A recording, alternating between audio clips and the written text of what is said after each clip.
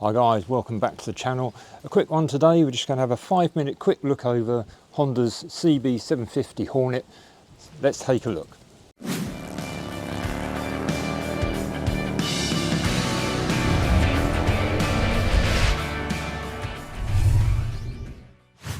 Okay, so just a very brief 5-minute review today, a look over this bike which I wasn't expecting to get, but I've got just for today. So the basic spec I'm sure you know, but over here somewhere I put the details up so you can have a skim through. As you know, it's a 755cc parallel twin. It's a 270-degree crank, so it gives you that sort of V-twin-esque feel to it. It's about 92 horsepower and around 55 foot-pounds of torque. It weighs around 190 kilos and roughly at around 65 miles per hour it's doing about 4,000 revs. I quite like to get a figure out there because I find that quite useful just to judge if you're cruising or whatever. So this is the view from the cockpit, rather smart TFTs, pretty enough. Did find the characters could be a little bit small and hard to read on the go, and not quite sure about that average fuel consumption. 13.9 miles to the gallon, can't quite believe that's accurate. If we look at the switch gear, it's all very busy on the left hand side as you'd expect. I did find the indicator switch to be a little bit short in throw, so it doesn't sort of move very much, so it feels like just 2 push buttons, but not a problem really, just a different feel to the usual perhaps. And on the right hand side it's all very standard fare. There's no push button start as such now. It's all incorporated into the kill switch. The engine I found really nice, is quite peaky to obviously in a relatively high state of tune to get 92 horsepower out of a 750 twin, but it drives quite well around just when you're not really in the mood. But if you are in the mood and you want to rev it out, that's where the power sits, mostly at the top end. There's a little bit of surging on and off the throttle, but I found it quite a soft effect. I've been on some bikes where there's some surging and it's quite violent and really unpleasant, but didn't really find that a problem on this one. The gearbox I found was precise and quite short action, to the point where I was thinking, has that gone in, or have I got like a sort of, is it crunching into the next gear? But no, it's gone in, just a very short throw. And this one unfortunately came with a Austin racing exhaust, which has got no baffle in it and is shall we say rather raucous. Not a huge amount to say at the front end really. The brakes are obviously twin disc, got the petrol discs on there.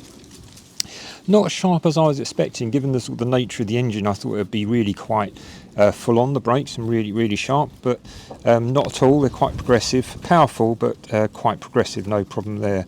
Suspension is quite firm at the front and borderline choppy, so it seems to be a little bit at odds with the brake setup, if you will, but no real issues, and didn't spoil any enjoyment on the day.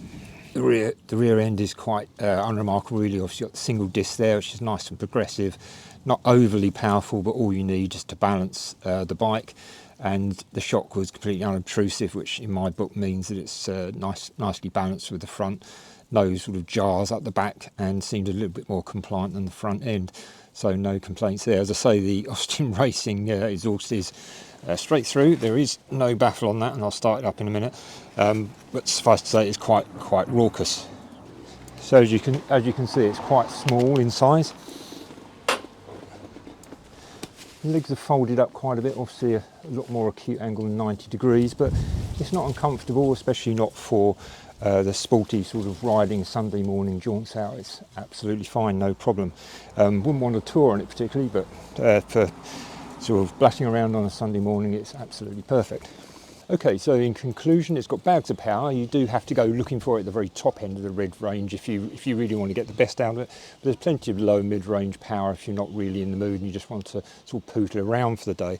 It is a compact bike, bordering on the small. As I say, I'm 6'2", and it's a little bit tight for me. But for Sunday morning ride out and commuting, if you like, it's absolutely fine. Obviously, if you're doing long distance touring, then it's going to be a bit cramped and there's not really a lot you can do about it, but it's not really cut out for that. So overall then, a great bike, huge value for money if you're in the market for this kind of bike. And as far as I'm concerned, in this brief review today, comes heartily recommended. Okay, thanks guys, I'll see you on the next one. Okay, I did promise earlier on just to give you a little listen to the exhaust. Not sure how well it will come out on the video, but let's have a listen. It's pretty raucous.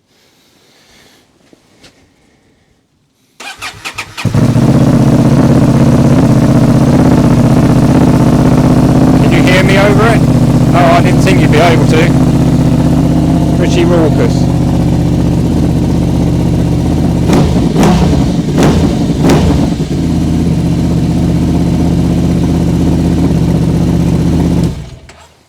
And there you go, pretty raucous.